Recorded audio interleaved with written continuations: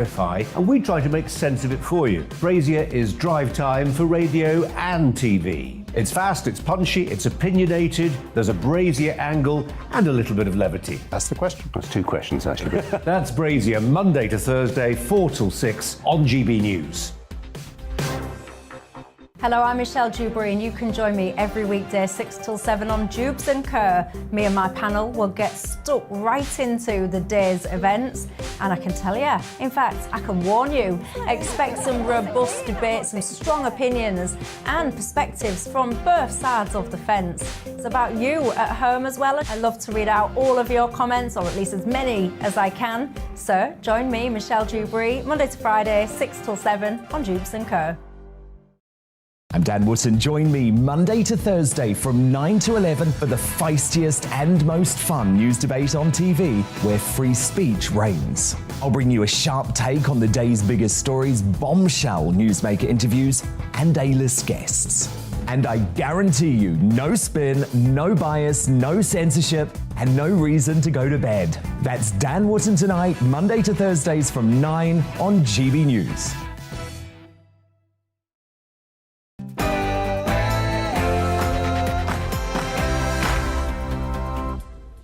Hey, welcome along. GB News is live on your telly and on your wireless and on your Teasmade, but you need the premium promo code for that. On tonight's edition of the Mark Steyn Show, are you English?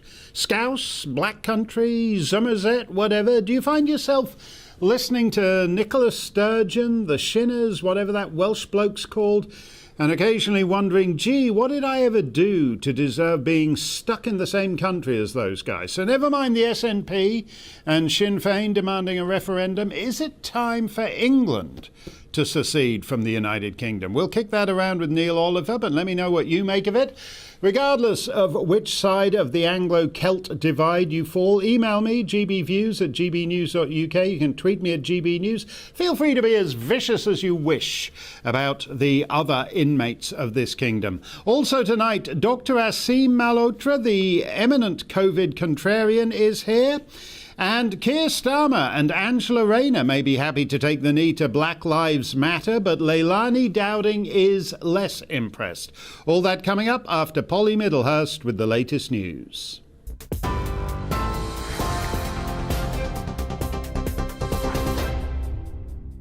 Mark, thank you. The top story. The Prime Minister's been told he won't receive a second fine for breaching COVID laws. The Metropolitan Police has now concluded its investigation into parties at Downing Street and Whitehall. In total, 126 referrals have been made for fixed penalty notices and 83 people have received fines. The first deportation flights to Rwanda have been delayed until next month after campaigners launched legal action against the plan.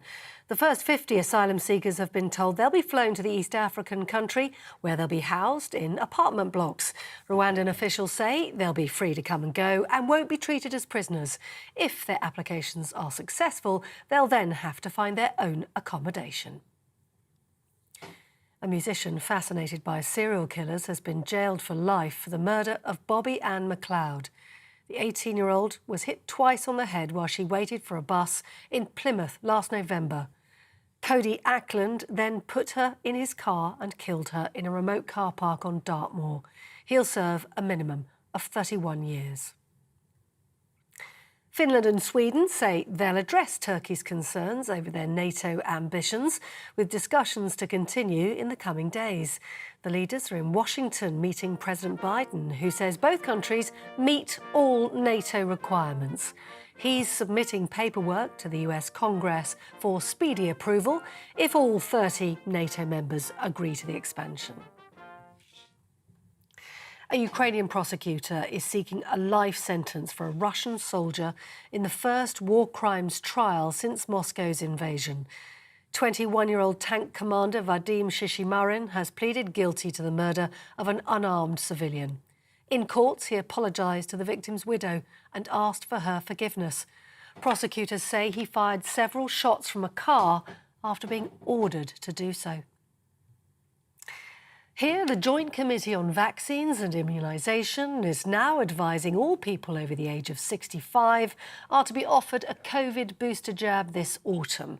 The UK Health Security Agency says the current view is that frontline workers and those in clinical risk groups should also be vaccinated.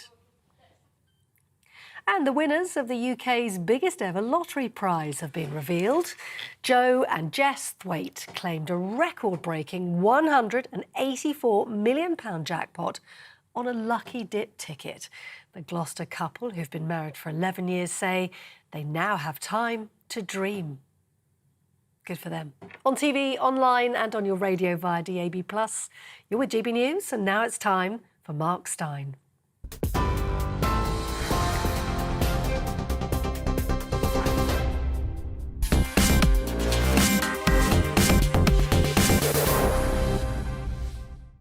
And as Polly was saying just there, they got more boosters lined up for you coming this autumn. But are you done with the COVID? A lot of people seem to be. Sure, there's still some folks wandering around in their masks. But even Jacinda Trudeau's showing a lot of nose these days. Here he is arriving for an audience with the Prince Regent in Ottawa yesterday. Oh, look at that, low on the nose, very sexy. And is that just a hint of nostril? The COVID equivalent of what I believe the tabloids call a nip slip? Well, you and perhaps even princes and prime ministers may be moving on from the COVID, but fortunately, our rulers have the next big thing already lined up. Look at this, monkeypox cases spreading rapidly in Europe and North America. That's a man landing at an airport and getting tested for the monkeypox. Just a quick zap on the forehead. It's said to be especially prevalent if you're bisexual or if you're Canadian. And let's face it, who can tell the difference? Bill Gates, the big money bags behind the World Health Organization and its new pandemic treaty, has been warning about this new plague for some time. Let's take a look at Bill Gates. So, yeah, there he is. That's the first sign you've got the monkeypox, aside from being Canadian. The first sign is that you develop two huge pocks on the front of your chest. Initially, they're very perky and rather fetching, and then within days, they drop 7 inches. Isn't that right, Bill? Fortunately, there's a vaccine. Monkeypox's spread boosts shares of vaccine manufacturer. You don't say. Gee, it's almost like these days the only businesses worth being in are diversity consultancies, statue removal services, and pharmaceutical companies. But it's true. United States buys millions of monkeypox vaccines as Massachusetts man infected. Mamma mia! Here they go again. How long until monkeypox mandates? Jabba, jabba, jabba, jabba, jabba, jabba, jabba, said the monkey to the chimp. Dabba, dabba, dabba, dabba, dabba, dabba, dabba, said the chimpy to the monk. Dabba, dabba, dabba, dabba, dabba, dabba, dabba, said the monkey to the chimp. That's how it's going to go. Jabba, jabba, jabba, jabba, jabba, jabba, jabba. It's like Rise of the Planet of the Apes, as His Royal Highness the Prince Regent himself has warned Klaus Schwab's World Economic Forum in... No alternative, because otherwise, unless we take the action necessary and we build again in a greener and more sustainable and more inclusive way, then we will end up having more and more pandemics. Yeah, more and more pandemics. He's got it, hasn't he? He's got the monkeypox. That's why he's monkeying with us. I'd rather take my chances. I'm Canadian, but not terribly bisexual, except on bank holiday weekends. But here's the problem. Let's assume that our presiding geniuses are correct and that their next big thing really is a thing. The problem is that all our COVID architecture remains in place. So we're just going to tackle it in the usual way. Lockdowns, collapsed economies, traumatization of our children, one-size-fits-all vaccines, and the ruthless suppression of wide-open, vigorous, honest discourse. Here's the groupthink narrative, boys and girls.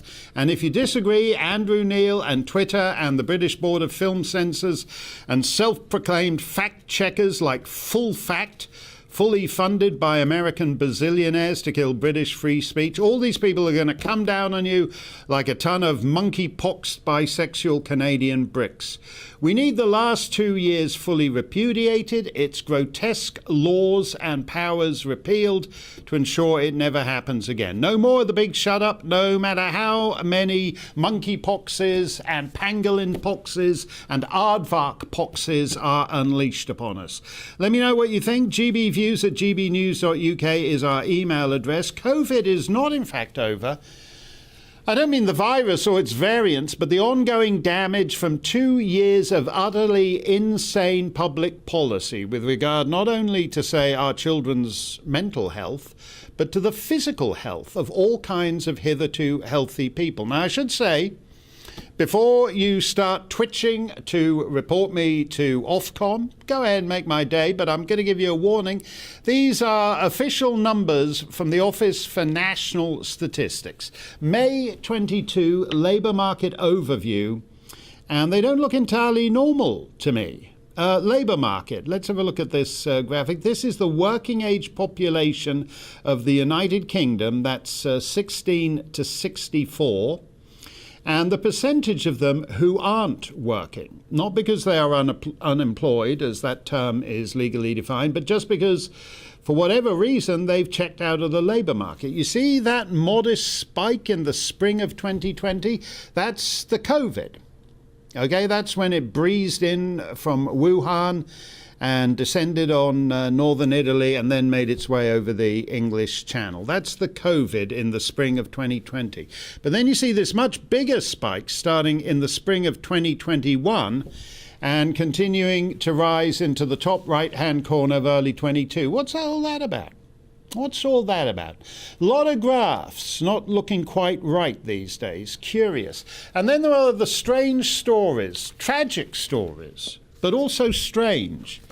Every day, all over the country. From today's Manchester Evening News, tragedy as mum and dad die within weeks of each other, leaving behind 10-year-old son.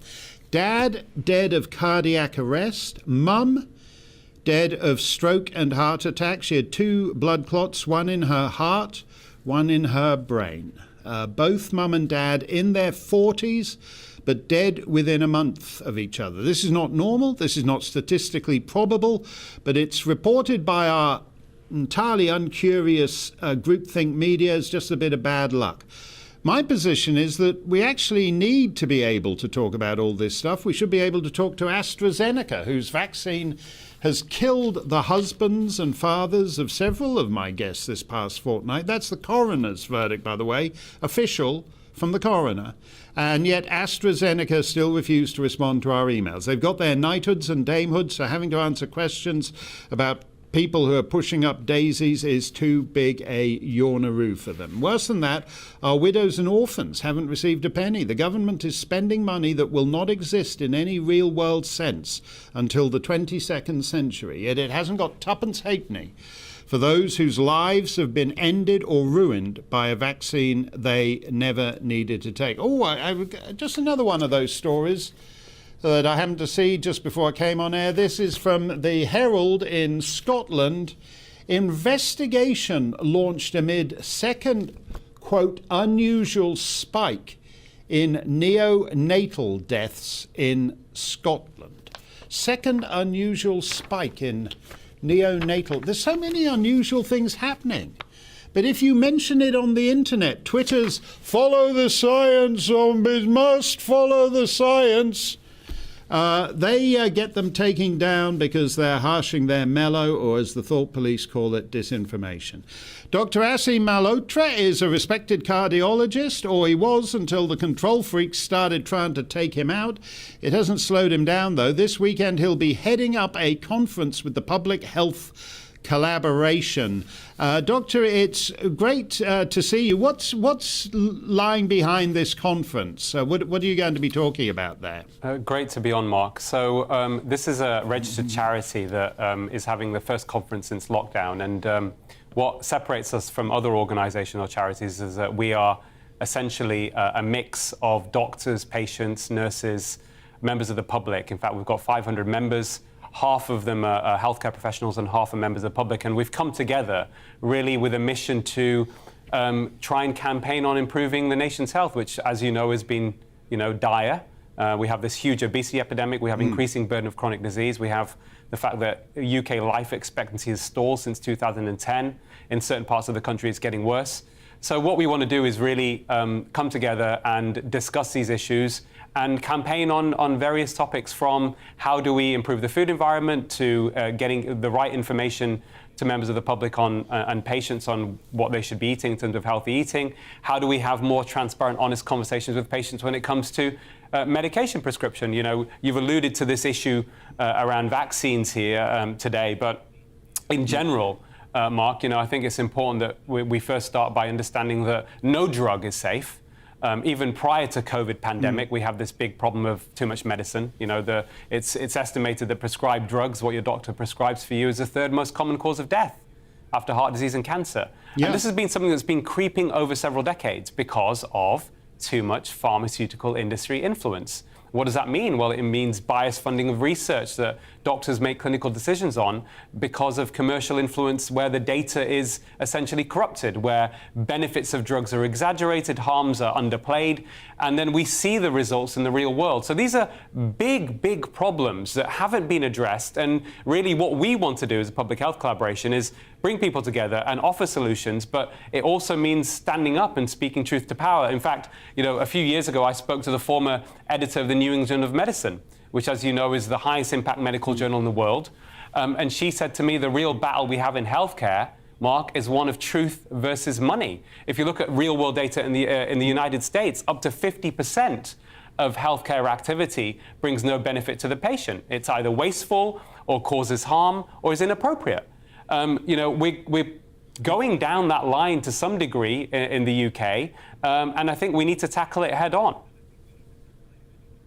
Well, there's a lot of what I sort of think of as lifestyle medicine, particularly in the United States, where people say, oh, you shouldn't actually try and make yourself healthier because we've invented a drug that enables you to keep on doing all the bad things you do. And if you just take it every day, you can still keep on doing all the bad things. That's particularly true with issues such as obesity or diabetes or whatever. And actually, in the COVID, I mean, aside from age, which you can't do anything about, things like obesity are one of the really bad underlying conditions. Yeah. And yet, under the COVID regime, we just talk about a sort of one-size-fits-all solution to COVID. We don't actually, the NHS in particular, doesn't seem actually to talk much about prevention. Yeah, it's a good point, Mark. I think in regards to obesity, you're absolutely right. So certainly, once you exclude the elderly, certainly under the 50s, obesity was the biggest risk factor for serious illness and death from COVID. We didn't tackle it in the way that we should have. Even when we had the information very early on in the pandemic, we didn't tackle it in the way we should have done. In fact, we had, I got involved in a bit of controversy because one hospital during the early stages of the pandemic was advertising or promoting the fact they were very pleased that Krispy Kreme donuts were going to give 1,000 free donuts to NHS staff, when we know that high blood glucose, which happens when you consume these sorts of products, is actually an independent risk factor for severe outcomes. So the whole thing was a complete mess. I mean, they were even encouraging in certain countries, if people were to get the vaccine, and their merits pro and against who should have the vaccine, of course. But the thing that really worried me is that while they were doing these promotions, they were giving people free vouchers for fast food, whether it's Burger King or whatever else. So I think all this is a symptom of the corporate capture of public health and of medicine. And people need to understand that these big corporations, whether it's big food, big pharma, their only interest is to produce profit for shareholders. They are not there to give you the best treatment, although people may believe that to be the case. And the real scandal is that medical institutions, academic medical journals, they essentially, and doctors collude with industry for financial gain. And then it's not a surprise that we're in the state that we're in, which is a really dire health crisis. Yeah, I think, and you're right to actually target the big pharmaceutical companies. But in the last couple of years, we've seen something that's sort of additionally weirder, which is that governments, at some point, they sort of all agreed that they weren't interested in early intervention with COVID. You might try this, you might try that, it might have worked. They all mysteriously decided that vaccines was the one-size-fits-all solution for 7.5 billion people on the planet. And you can't really blame Big Pharma for then saying, hey, every prime minister and president on earth is saying we need to develop a vaccine, and they're going to stick it in the arms of 7.5 billion people. I mean, that kind of temptation for these companies is kind of, so there's a weird sort of government pharmaceutical peer review alliance going on here. Yeah. Absolutely. There's a collusion, if you like. I mean, that's traditionally been there. That's been a concern. You know, one former Secretary of State for Health, who I won't name, privately told me when I was talking to him about a particular drug a few years ago that had a lot of concerns about its distribution amongst the population, probably caused, potentially 3,000 unnecessary deaths. That needed to be investigated. And his response to me was, he said, Aseem, the Department of Health is too close to industry. So this is a long problem. I mean, ultimately, the government really has a duty to protect its citizens from the excesses and manipulations of the drug industry. And they've failed in their duty over many, many years, successive governments, whether it's Labour government, whether it's a Conservative government. And I think it's really a system failure, Mark, isn't it? It's a system failure where we've allowed these corporations to get more and more power. They lobby politicians, they control the knowledge when it comes to research. They even capture the media, as you well know. So that then results in a lot of people only getting one version of the truth. And these are not societies we want to live in. If you're going to actually practice true evidence-based medicine, something I advocate for, then we have to be able to have the complete knowledge and information on any particular drug. It has to be unbiased. It has to really reflect what the true benefits and risks are. And then it's about having a conversation with the patient through true informed consent. And unfortunately, that is also lacking very much in. So what are we going to be doing with the public health collaboration is advocating and trying to change culture as well. So that ultimately, what we want as doctors, we want to improve patient outcomes. We want to reduce suffering, manage risks, treat illness. And we want to be able to be in a position where we're able to do that, where we know the information we're getting when it comes to making clinical decisions is going to give those patients the best opportunity to achieve the best health that they can. Yeah, it's interesting. That is the critical relationship, the relationship between the doctor and the patient. And yet these odd kind of photographs pop up in the news of the president of the European Commission standing next to the head honcho of Pfizer, for example. And the reality is that these pharmaceutical guys find it far easier to get the attention of our leaders than the average patient does. Thank you very much for coming on and talking about that, Doctor. I hope this conference goes well. And I hope you'll come back and let us know more about it. Aseem has a particular stand on this thing, and we would like to invite those who feel differently about it to come on the show. But the Health Secretary, Sajid Javid, has declined our invitation to come on the show. He did agree to provide a written response. So we asked him a couple of questions, and he's yet to reply. And he's got a big staff. He's got a huge entourage. He should have been able to answer those questions by now. And just to reiterate, AstraZeneca's legal team attends all the coroner's inquests on dead vaccine victims. That's expensive. They're guys with huge billable hours, but they get to all the coroner's inquests, and the AstraZeneca is happy to pay for that, but they won't send someone and they won't respond to our emails. Your thoughts coming next. Email me, gbviews@gbnews.uk, plus 4 words, Leilani Downing, Neil Oliver. They're both here. Is it time for England to secede from the United Kingdom? We're coming right back. Don't touch that dial. Who knows what you'll find on adjoining channels. We'll be right back.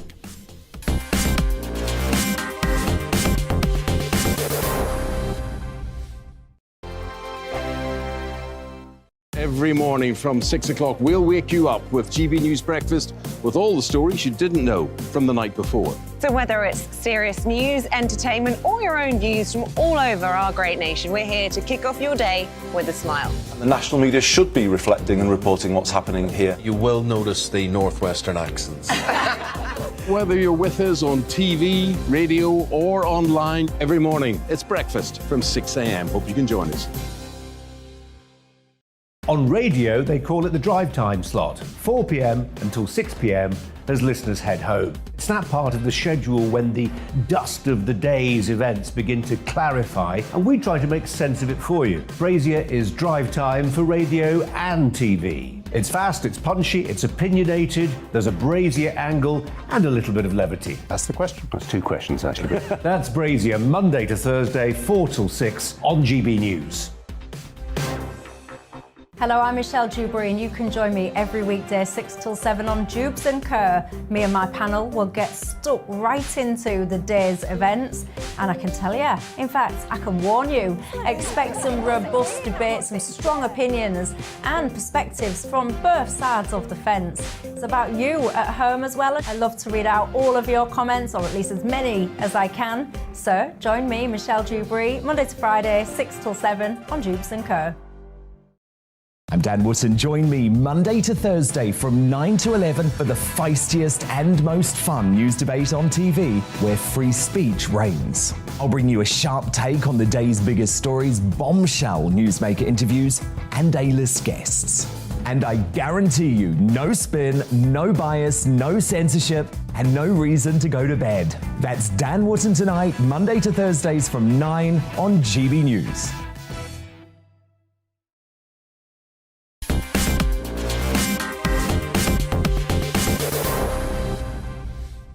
Let's get to your take.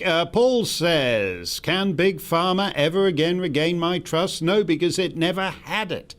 The pharma industry's primary interest is making profits for its shareholders. Benefiting human health is completely secondary to this. Lee says, Big Pharma never had my trust and never will. Ken said, as if they ever deserved our trust, they probably already buried a cure for cancer because the current drugs used in treatment make them way more money. Well, that's something the pharmaceutical industry shares with government. It's much easier if you've got a problem, doesn't matter whether it's a public policy problem or a big healthcare problem, it's much easier to find something that will manage that problem in perpetuity rather than actually solve the problem. Speaking of which, do you like Black Lives Matter? Everybody does. British police take the knee to them. So does the leader of Her Majesty's loyal opposition. Hashtag Black Lives Matter, says Sir Keir. But what if Black Lives Matter is just like so much else during this controlled demolition of the Western world, a complete racket? We're always pleased to see Leilani Dowding. And in fact, Leilani, you were tweeting about this Black Lives Matter thing earlier today. It's actually a fantastic tweet because you just run the arithmetic here. Well, that's the thing. So it's been exposed now that Patrisse Cullors, one of the founders of BLM, actually gave $970,000 to her baby's father for creative services, $840,000 to her brother for security. A $60 million house was bought under BLM's name. $2.1 million was given to a fellow director, and $32 million was invested into the stock market, not into these impoverished communities in America, not to underprivileged, black towns and places. It was money spent and invested and made into assets and given to her friends and her family. And I've been calling out Black Lives Matter as a scam since the start. And obviously every single good person will be against discrimination. They'll want racial equality. But, I didn't want to virtue signal. I didn't want to wear the T-shirt, hold the banner, put the little black square on my Instagram, because to me, you can fight these without having to without having to give money to this scam Marxist organization. And then as soon as anyone calls Black Lives Matter out, whether they're black or they're white, the name calling starts. Like everything else that's happened in the last 2 years, if you don't go along with the narrative that the media feed you, the name calling start, and you're a racist and you discriminate. And that's simply not true. No, you're right. It's a complete scam. And in fact, you're rather flattering them, I think, when you call them Marxists. I mean, some of us did that when they first started up. But in fact, they're not really Marxists or communists or social democrats or any kind of political ideology. They're basically just scammers. Patrice Cullors, or whatever her name is, has got a bazillion properties. She's paying off guys who perform, as you say, $1 million for performing creative services, by which she means that they're the father of her baby.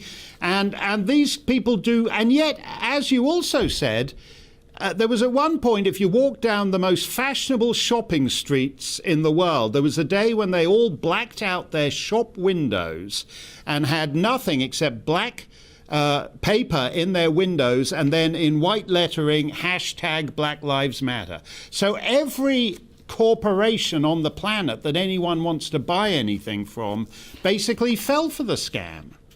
Absolutely. Then you have the corporations and you have the TV channels. You've got, all these corporations saying, oh, we're going to do the, with their little adverts and their promotions around BLM. You've got the footballers all kneeling.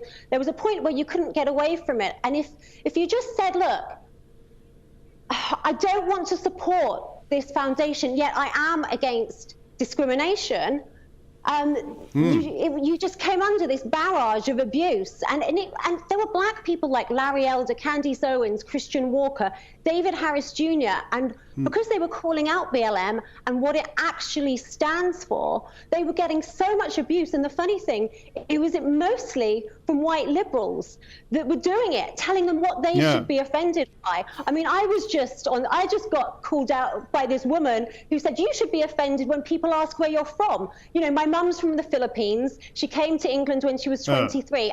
And this white woman is telling me that I should be offended for somebody saying, where are you from? Where are your parents from? It's just nice conversation. I'm proud of my heritage. I've always been happy to talk about where my parents are from. But it seems like, there's a lot of these liberals that are just telling people what they must be offended by, what they should, do. And the sad thing was when the riots happened, these mostly peaceful riots, it was a lot of my white liberal friends that were rationalizing it, they were excusing it. I lived in Los Angeles for 17 years, and I lived by Melrose for probably about 7 or 8 years. My nail salon got looted and burnt down. An Argentinian restaurant across the road got burnt down. These were small independent retailers. And there were a lot of black people saying, don't do this to our neighborhoods. But you never saw that, because when black people came out and said, don't burn and loot our neighborhoods, it went against the narrative of BLM. Yeah, and as you said, there were an awful lot of these white liberals, trust fund kind of people. Look, we're just seeing some in the picture. In the picture there. So you said these white people in there. And by the way, we also told that although at that time of the Black Lives Matter stuff, you have to stay indoors, you can't go out, you can't go and operate your business, you can't go to a restaurant. But Black Lives Matter is a public health issue because racism is a public health issue. So in order to help Patrice Cullors buy herself a 9th house or a 14th house or whatever we're up to by now, it's okay for Black Lives Matter to go looting and rampaging through the streets. Why do you think people, particularly white liberal youth, so-called, they're not liberal, they're very thuggish, but why do you think they fall for these scams? Do you know, I think it's a virtue signal. It's like a part of this whole woke thing that's going on, and they're following the media, they're following their Hollywood celebrities that are talking all about it. It's a very democratic place, California, and they're all talking about it, and they're kind of following these role models that they have. And they don't understand the background. If you went on the BLM website, you read their manifesto, it was never about helping these communities. It was about defunding the police. And now California and New York that went along with it and defunded the police have got horrific crime rates right now. And so none of them looked into it. It was this just trend. It was this cool trend on social media. Put your little black square on. Watch your favorite footballers take the knee. And people went along with it without understanding what was behind the actual organization. And anyone who called out the organization just got an earful. Well, we should call out the people who went along with it, because Black Lives Matter succeeded in essentially within a couple of weeks in the late spring of 2020 in imposing a sort of Black Lives Matter thing on the entire planet. So we saw Sir Keir Starmer hashtagging Black Lives Matter with Angela Rayner and both of them taking the knee. If the Conservative government had anything about them, that would be the only picture you'd need to run to win the next election, because they were either suckered or they're in on this ludicrous scam. I have no idea why Sir Keir would do that. No, I know. And I think a lot of people have been in on this scam. You know, if you look at where the money's gone, especially in America, a lot of it, there's a whole tie into AdBlue, I think it's called, and a lot of funding by the Democrats. So, you know, the left. So, you know, I think it is a scam that a lot of people went along with, and it gave them distractions from everything else going on. And it didn't ever tackle racism. It actually made a lot of things worse and caused fighting about the actual cause behind Black Lives Matter and the actual the foundation of it and the leaders and the founders of it and where the money was going. And it actually caused a lot of, you know, much bigger rifts than ever should have happened. Yeah, you're right on that. And if you're one of those people out there, like millions around the planet, who gave money to Black Lives Matter, well, you have the pleasure of knowing that the lady who runs it has been able to give $1 million to the father of her baby, and she's cavorting in a Beverly Hills mansion and a Toronto mansion. That's just two in her property portfolio, worth $6 million. That's $12 million just for two of her homes. So I hope you're happy having made a donation to Black Lives Matter, because this lady, there's no limit to the number of homes she should be allowed to live in. And let's hope she buys one in Mayfair very soon with the money you guys keep sending her. Thank you very much, Leilani. I was going to ask you where you're from, but apparently that's racist, so I'm not going to bother with her. She has the most beautiful name in the... No, we love your name. I think a couple of weeks back I played Bing Crosby singing Sweet Leilani. You have the best name and the best song name as well. So it's perfectly normal to ask where someone gets a great name like that. Thank you, Leilani. We'll see you next time. Stump the Stein looms. And thank you. Sweet Leilani, heavenly flower. That is the best name song. Stump the Stein looms, GBViews at gbnews.uk, and the one and only Neil Oliver is here. We don't waste time with Curry Gate and Cake Gate. We cut to the big questions. Should England secede from the United Kingdom? We're coming right back.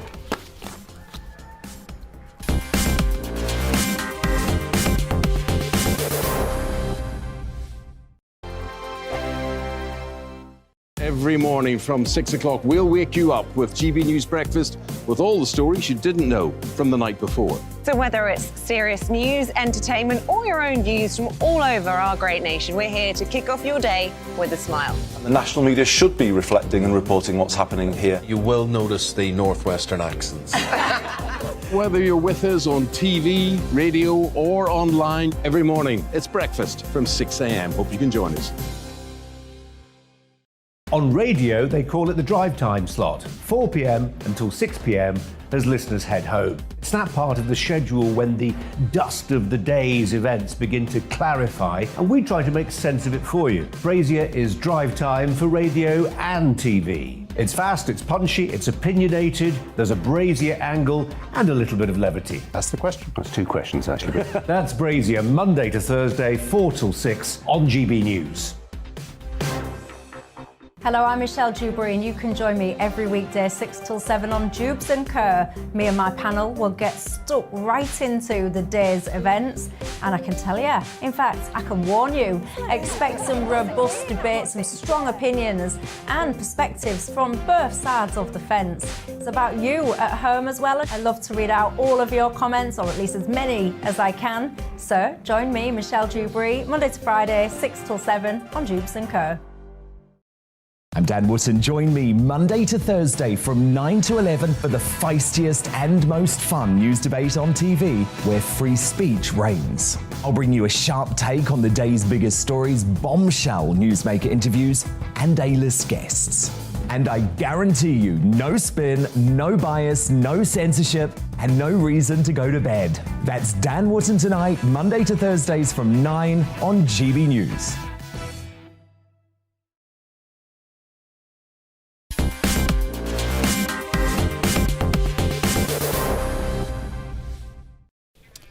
Couple of weeks back, when everyone was having the vapours over Sinn Féin's alleged election triumph and Nicola Sturgeon started playing footsie with them, I said to a colleague, oh, relax, if you were to hold referenda in all 4 countries of the UK, the only one that would vote by overwhelming numbers to leave the United Kingdom would be England. Well, it was a throwaway line from an upstart colonial, but I see now that Peter Hitchens in the Daily Mail is proposing it for real. Why England should leave the UK instead of persuading the others to stay.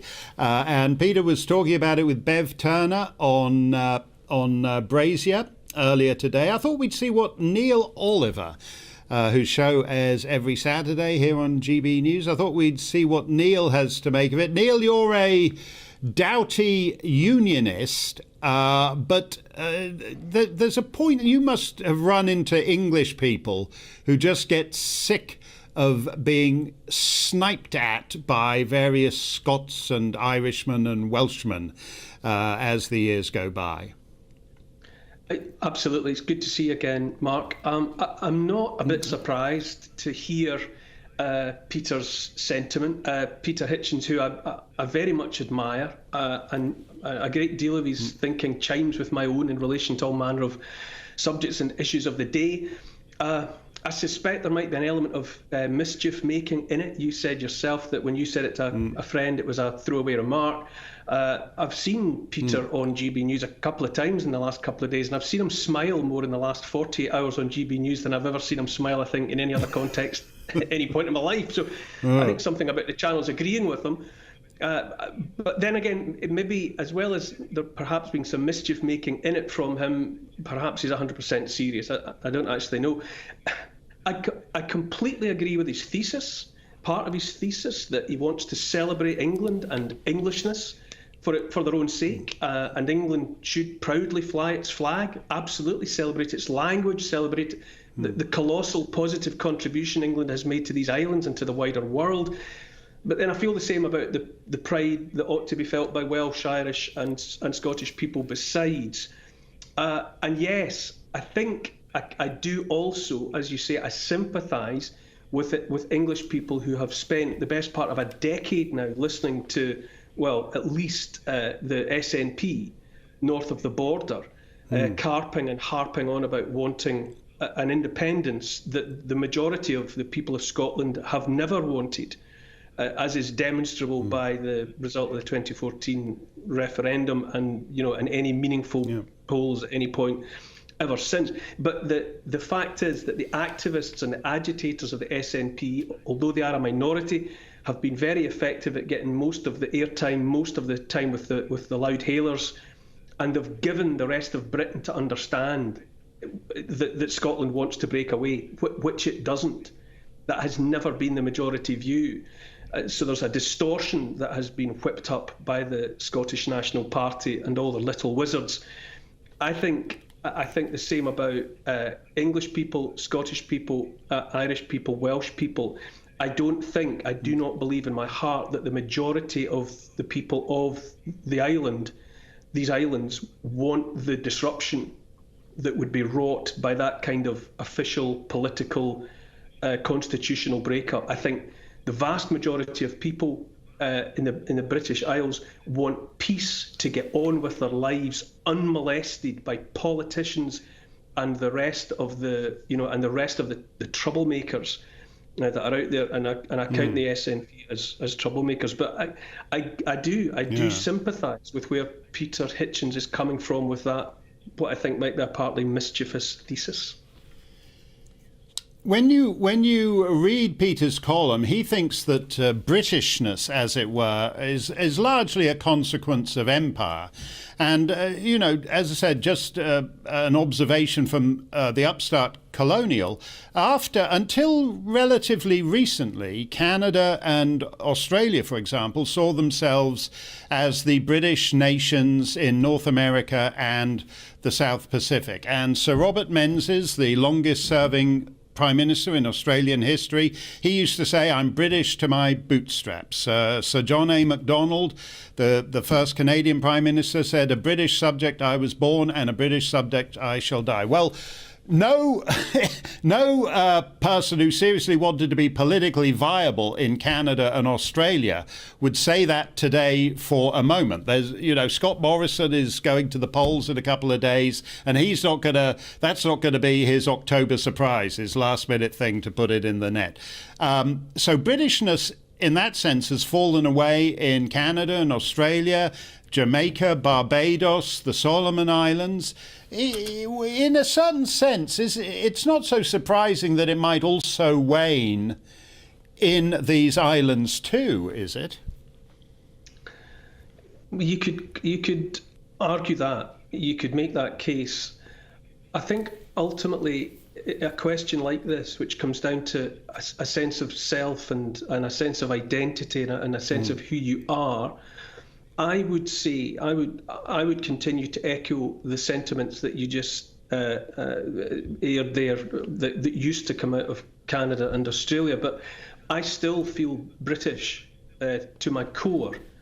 I always have, and it was for the longest time. It wasn't anything militant or tub thumping or flag waving. It was just, if I was on holiday as a teenager somewhere and someone asked me based on my accent where I was from, I was, depending on what mood I was in, I was just as likely to say British as Scottish. If someone said where was I born, the answer to that question would have been Scotland, because that's the geographical fact. But if someone asked me about my nationality, I would have said British, and that is how I feel. And that's a feeling that has grown more intense as the years have gone on, partly in response to the agitation for breakup that's been going on, since 2014 or earlier. I feel British, and I've never felt anything but proud of that. And my experience, I've made a lot of television around the British Isles. That's a cartographer's convention to name an archipelago after the biggest lump of land within it. Hence, British Isles, because the bigger island is Britain. There's nothing nationalistic about that. But as I have travelled around and spent time in England, Ireland, Scotland and Wales, I've only fallen more in love with the whole place. I have a sense of Britain and Britishness that I hold very close to my heart, and I know that if anything was to happen to break that up, that like the old saw about someone who's had a limb amputated scratches at the missing limb for the rest of their lives. That is how I would feel, because I think if the greater whole was fragmented, any illusion, any notion that the greatness of the whole could be mimicked in the surviving fragmented parts, I see no sense in that. I see no likelihood about that. I feel British. In just an entirely personal way, and I can't really answer the question on behalf of anybody else. for me, it's a question of the heart, and my heart is British. Right. But it's a little more than heart, isn't it, Neil? Because, for example, Tony Blair decided his big thing was devolution, and he was going to set up these... he basically invented parliaments and stuck them in Edinburgh, stuck them in Belfast, stuck them in Cardiff. And an Englishman notices that and says, well, wait a minute, where then is the English Parliament? Where's the English flag? What public building is the English flag flying over? And rather in the way that they complained about Trump in the US, where they said, well, if you make identity politics such a big thing that what matters is you're black, you're Hispanic, you're Muslim, whatever, don't be surprised that white guys then suddenly say, we'd like a national identity too. Isn't it true that if you have a Scottish Parliament, a Parliament in Belfast, a Parliament in Cardiff, that the English will start saying, well, wait a minute, what about our national identity? Yes, I think there's a very strong case for that. I think there should be English identity and an English Parliament, and I think the devolution settlement arguably should have done that on behalf of all of the nations of Britain. I mean, if asked, I would say devolution's been a disaster for Scotland. I mean, we were landed with a system of proportional representation that was supposed to prevent a majority of any one party obtaining a majority. It was supposed to ensure that proportional representation was sustained. But in that way of, a horse designed by a committee ends up looking like a camel, we ended up with this zombie hybrid thing that because it was done under Labour, and Labour believed in its hubris that Labour would always bestride Scotland as the political colossus that it had been for lifetimes. It believed that would always be the case, and I don't think they paid attention to the small print because they never thought it would be an issue. And yet the SNP found a way to game the system, and we've ended up with this, with a one-party state in Scotland. And anyone looking on at Scotland, as most Scots looking inwards at Scotland will tell you, is that the SNP-dominated Scotland has been a disaster about health, about education. A Scottish education used to be something that people trumpeted about having. It used to be something that people, that having experienced the Scottish education system was a matter for great pride. Scottish schools have been taken off of international league tables because it's too embarrassing to continue with the comparison. Infrastructure is failing. The health service is failing.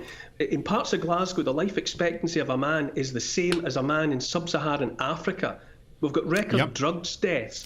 You look at the two ferries, £250 million of public money. Those ferries will likely be scrapped as civil engineering disasters before they've sailed so much as a foot beyond the slipway. Everything about every metric you can consider, the SNP-dominated Scotland has failed. The devolution settlement has let Scotland down. But just on that. Just on that point, Neil, though, you're quite right. But Nicola Sturgeon would say, well, that wouldn't be all those things wouldn't be a problem anymore if we were independent. And we saw that in her reaction to the elections a couple of Thursdays ago. She's reaching out to Sinn Féin, right? Now, Irish nationalism and Scottish nationalism don't seem to have anything in common. But the fact that they're both opposed to the English guy means they make common cause. That's how the English see it. Well, yes, I mean, that's just playing along the old line of, my enemy's enemy is my friend. I think it's a very questionable move on Nicola Sturgeon's part, and she has been roundly pilloried, for the approval that she has shown for that result in Ireland. It's divisive to say the least. So and there has been a lot of criticism. I certainly don't consider myself enough of an observer of the situation in Ireland, really helpfully to comment on that. But I would say that Nicola Sturgeon is on a hamster wheel. There's nothing she can do except continue to promise independence, because the SNP, by definition, is a one-trick pony. It cannot exist. It's an existential crisis for the SNP to do anything but continue to insist that independence is their number one objective, and that some point in there will be jam tomorrow. There's nothing she can do except that. It's so ironic that she's out in North America, or she's been out in North America, banging the drum there. And in America, the union is indissoluble by federal law. Yeah. Were there to be an individual state, I don't know, Arizona or Idaho, where the governor of which was coming to London to talk loudly about secession, that's severe. No. There would never have been an Irish Free State if it had been operating under, if that United Kingdom had been operating under the Constitution of the US. Great stuff, Neil. Don't forget Neil's show, Saturday, 6 p.m. British summertime, which I want to make sure I get this right. I believe that's also 6 p.m. Scottish Republican time. And it's also 6 p.m. whining Sinn Féiners time. So 6 p.m. Saturday, Neil Oliver. That'll do it for us. I have 2 words for you that are best 2 words in late night telly. Dan Wootton. Hi, Dan. Everyone is just thinking, don't come to Dan, just let Neil Oliver and Mark Steyn talk for another half hour. Honestly, that was such a brilliant conversation. We've got Anne Widdecombe on this very topic tonight. Mark, she is absolutely fuming with Peter Hitchen's column, let me tell you. Also, Zuby, who's been across the BLM sham right from the start. He feels like he's been proved right on that matter. And Sharon Davies, who has been such an incredible campaigner on these trans issues before it was the trendy thing to do, and she's going to tackle this issue of the student suspended, or not suspended, but forced out of school, I guess you would say, for saying that biology matters. It's a mad world, Mark. I love Sharon, and she's one of the bravest women in the UK on this subject. That is all coming up with Dan. Don't go anywhere. Stay safe, stay free. Hello, I'm Aidan McGivern. Following a fairly bright day for many, it's fine at first overnight.